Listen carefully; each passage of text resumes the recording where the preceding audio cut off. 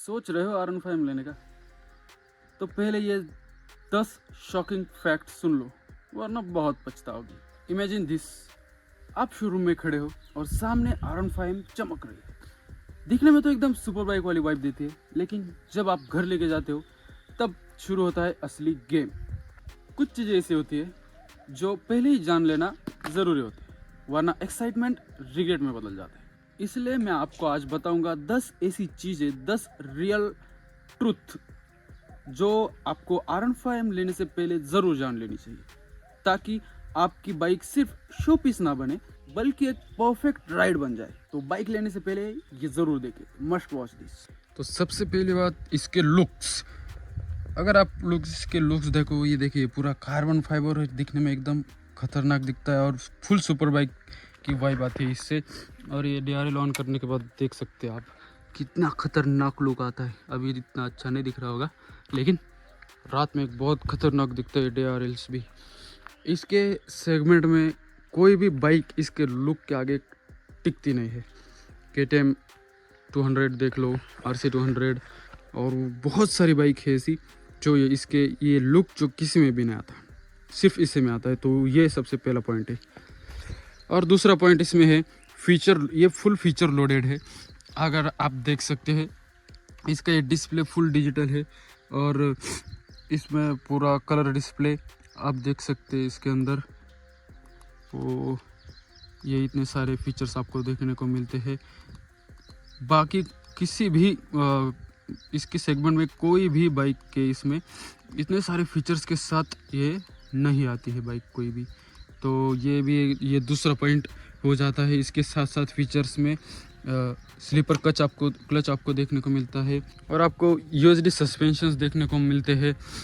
और इसके अंदर आपको TCS भी मिलता है, ट्रैक्शन कंट्रोल सिस्टम, VVA भी है। तो ये फुल फीचर लोडेड आपको देखने को मिलती है। तीसरा पॉइंट है इसका लाइट वेट। इसका वेट जो है वो बहुत ज़्यादा भारी नहीं है, ये हल्की है, ज़्यादा भारी नहीं है। और ट्रैफिक में जब आप लेके जाओगे तो एकदम आराम से आप ऐसा कट वगैरह मार के, कट नहीं मारना है, लेकिन आप ट्रैफिक में से निकालने के लिए ऐसा करके आप निकाल सकते हैं बहुत अच्छी तरीके से। और इसको हैंडलिंग एकदम परफेक्ट आ जाती है, उसकी वजह से ज़्यादा भारी नहीं होते हैंडल करने के लिए। आप हाईवे पे भी बहुत अच्छी तरीके से इसको चला सकते हैं और ट्रैफिक में भी आपको कोई तकलीफ नहीं होने वाली। और फिर आगे की सबसे मेन चीज़ है जो हम लोग बाइक लेने से पहले ज़रूर सोचते हैं, वो होती है माइलेज। तो इस बाइक का हमने माइलेज टेस्ट किया था। तो इसने 55 का माइलेज निकाल के दिया था। तो आपको पता चल ही रहा है कि 55 का माइलेज ये निकाल के दे सकती है। लेकिन अगर ये बाइक आप फुल ट्रैफिक में भी चलाओगे ना, फुल कितना भी रेस करके चलाओगे, कितना भी इस पर लोड डालोगे, फिर भी ये 40+ का माइलेज तो आराम से निकाल के देती है। एग्जॉस्ट चेंज करने के बाद भी ये 40+ ज़रूर निकाल के देगी। तो ये हो गया 4th पॉइंट। और इसका 5th पॉइंट है जो मुझे अच्छा लगता है। अलग अलग लोगों का अच्छा लगेगा, कुछ लोगों का अच्छा नहीं लगेगा, जो है इसका एग्रेसिव पोस्चर। इसका एग्रेसिव पोस्चर जब आप इस पे बैठोगे ना तो एक एकदम कड़क लुक आता है देखने में भी, और एकदम सुपर बाइक की तरह आप बैठ के जाओगे। इसमें आगे झुक के बैठना होता है, इसी वजह से कुछ लोगों को पसंद नहीं आता, लेकिन पर्सनली मुझे ये बहुत अच्छा लगता है। ये भी एक अच्छा पॉइंट है इसके अंदर। इसका 6th पॉइंट है इसका क्विक शिफ्टर। तो आप देख सकते हैं इसमें क्विक शिफ्टर आता है।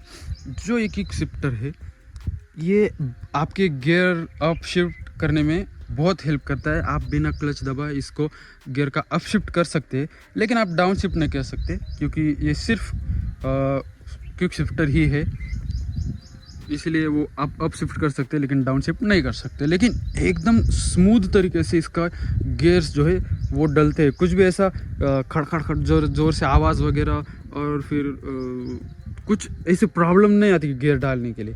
तो ये क्विक शिफ्टर एक इम्पोर्टेंट चीज़ हो जाती है। 7th चीज़ इसकी ये है कि इसका जो इंजन है वो 155 cc का है और ये इसका टॉप स्पीड है 155।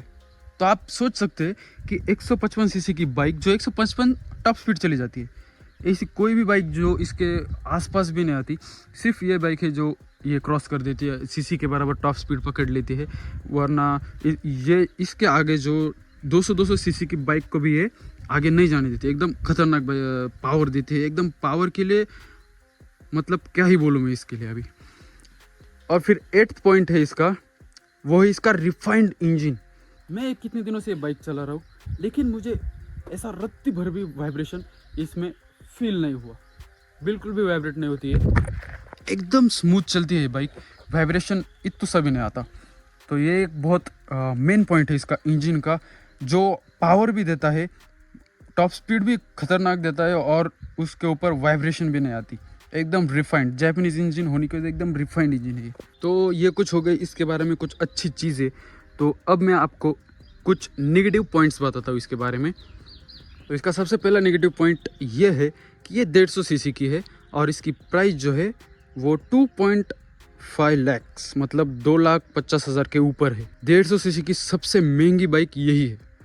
तो ओवर प्राइस का ये बाइक आपको ज़रूर देगी, तो ये मैं आपके ऊपर छोड़ूंगा, इतना महंगा होने के बावजूद लेना है या नहीं, आप सोचिए कि ये ओवर प्राइस बाइक जाती है ज़रूर। तो अगला नेगेटिव पॉइंट है इसका ये बैक सीट। इसके ऊपर आप कंफर्टेबल नहीं रह सकते। अगर बैक सीट में कोई बैठ गया तो जो आप बाइक चला रहे हैं वो भी, उसके ऊपर भी लोड आ जाता है, उसको भी लोड आ जाता है और वो भी चलाने में भी थोड़ा सा अलग लगने लगता है थोड़ा सा। ये बैक सीट जो है वो बिल्कुल भी कंफर्टेबल नहीं है, ये बहुत अनकंफर्टेबल है। और अगर आप सोच रहे हो कि ये बाइक जो है आप फैमिली के लिए लोगे, इस पर जाओगे, कुछ सामान वगैरह लेके आओगे, चक्की से आटा लेके आओगे, तो वो ये ऐसी बाइक नहीं है। तो ये बिल्कुल भी आप सोच के ये बाइक की तरफ ना जाए। तो इसका अगला नेगेटिव पॉइंट है इसके जो पार्ट्स की अवेलेबिलिटी है, ये बहुत ज़्यादा टाइम लगता है इसके पार्ट्स को आने में। ये हमने ये कार्बन फाइबर का उधर उस साइड का ऑर्डर किया है, उसमें बहुत ज़्यादा टाइम लग रहा है, अभी मेरे ख्याल से महीने के ऊपर हो गया है, फिर भी वो आया नहीं अभी तक।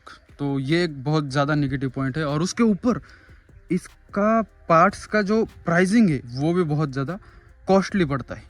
ये पार्ट्स जो है, ये वाले पार्ट्स, ये वाले सारे पार्ट्स ये बहुत महंगे आते हैं।